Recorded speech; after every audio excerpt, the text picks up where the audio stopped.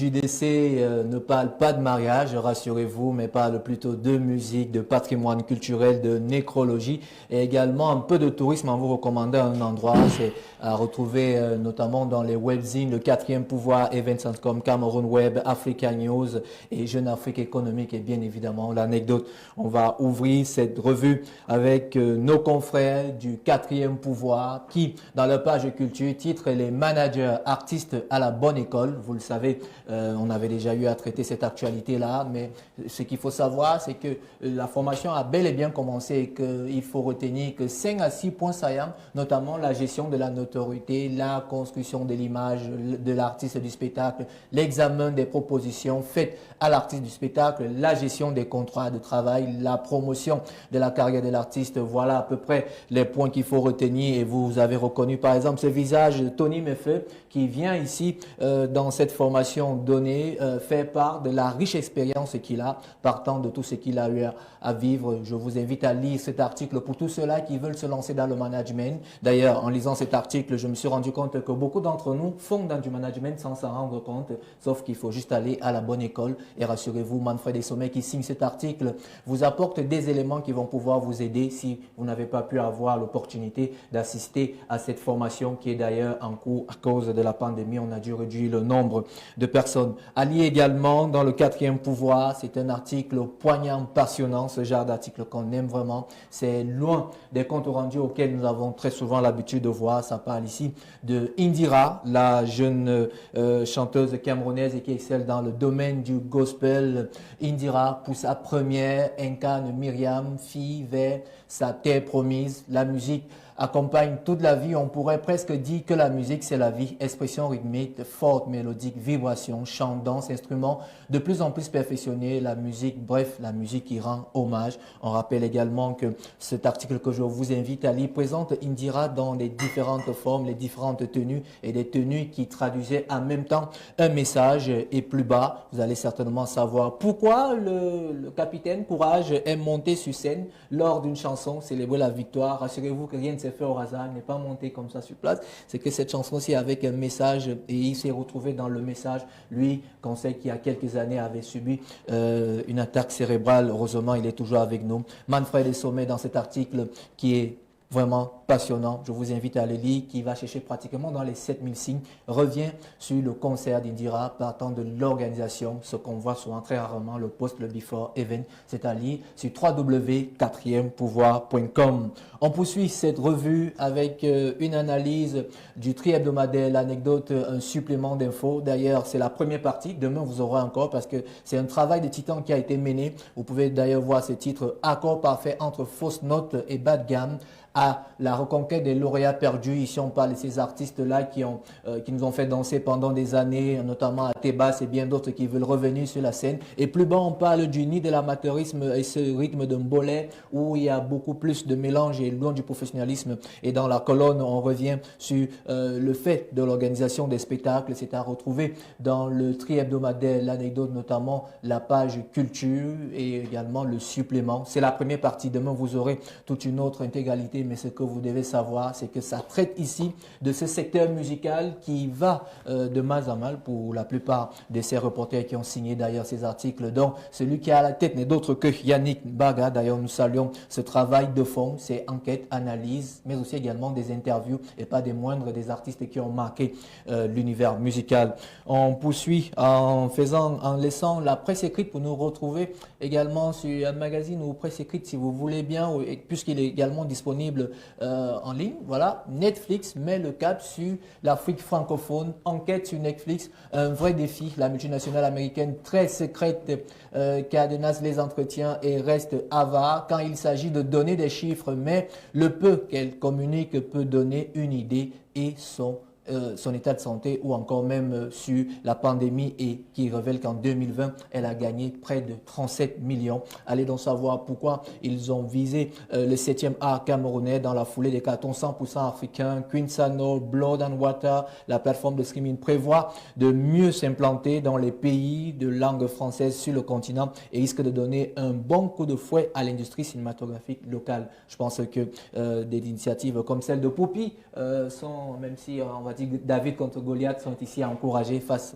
à ce genre d'article. D'ailleurs, je vous recommande de lire, c'est Jeune Afrique économique, et Jeune Afrique est revenu vraiment sur cette enquête sur Netflix, donc loin de ce que nous avons vu comme bonne image, c'est à retrouver sur Jeune Afrique.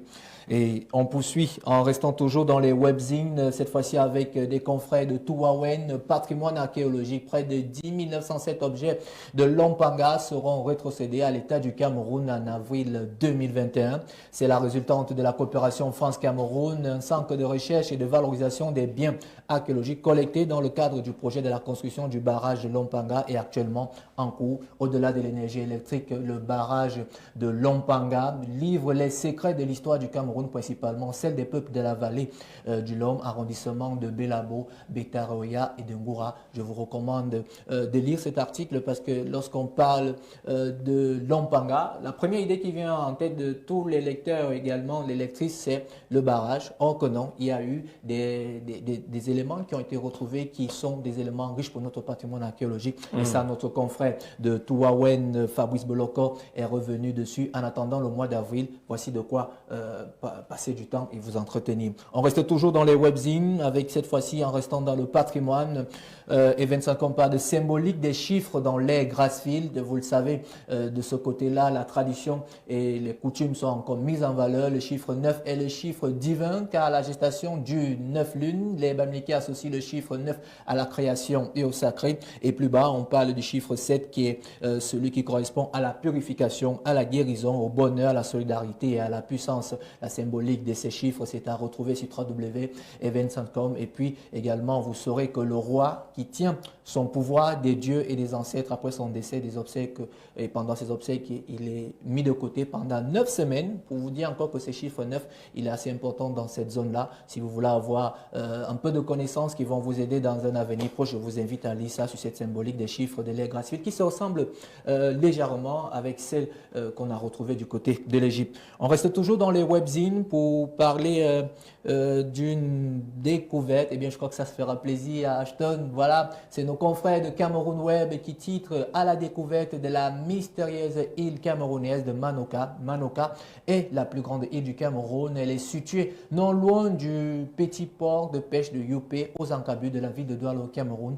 Elle a pour population des autochtones, les Malimba, une grande communauté nigérian vit à Manoka. Et on rappelle également que c'est Harold Kesh qui a fait cette immersion. Oui, cette immersion, mais aussi également ce biais parce que ça permet aux gens de découvrir et de rappeler également que King Aqua, rien à voir avec King Pierre Junior, fait partie de ceux-là qui ont valorisé cette île qui tient d'ailleurs son nom de la période de la colonisation allemande. Je vous recommande de lire.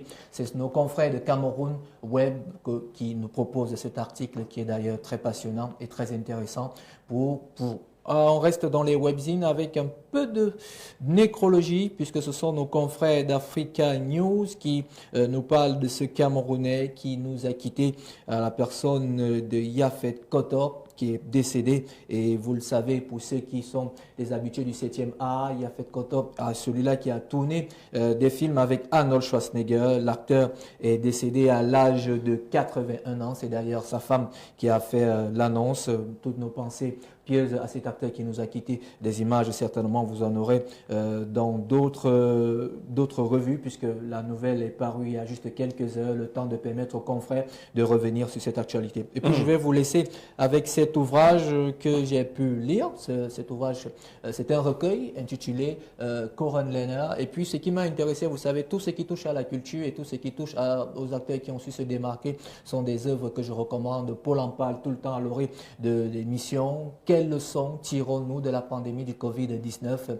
Dans ce recueil, vous retrouverez des éléments de réponse qui sont menés par Willy Ngassa, qu'on connaît d'ailleurs comme celui-là qui était derrière les effets spéciaux lors du championnat d'Afrique qui s'est déroulé au Cameroun au mois de janvier. Mais plus bas, il y a également les héros qui sont à célébrer. Loco qui avait eu à travers une initiative apporter un plus en apportant des masques, en distribuant, en faisant aussi d'autres activités pour ceux qui concernent cette maladie. Et puis il y a notre confrère, puisqu'il est notre confrère Ulrich Takam, avec son journal du confinement qu'il avait eu à créer, un journal qui faisait de la satire mais qui dénonçait comment est-ce qu'il faut prendre soin de nous en période de Covid et comment contribuer à la relance économique. Vous le savez, cette pandémie nous nous a vraiment touché. Je vous recommande de lire ce livre.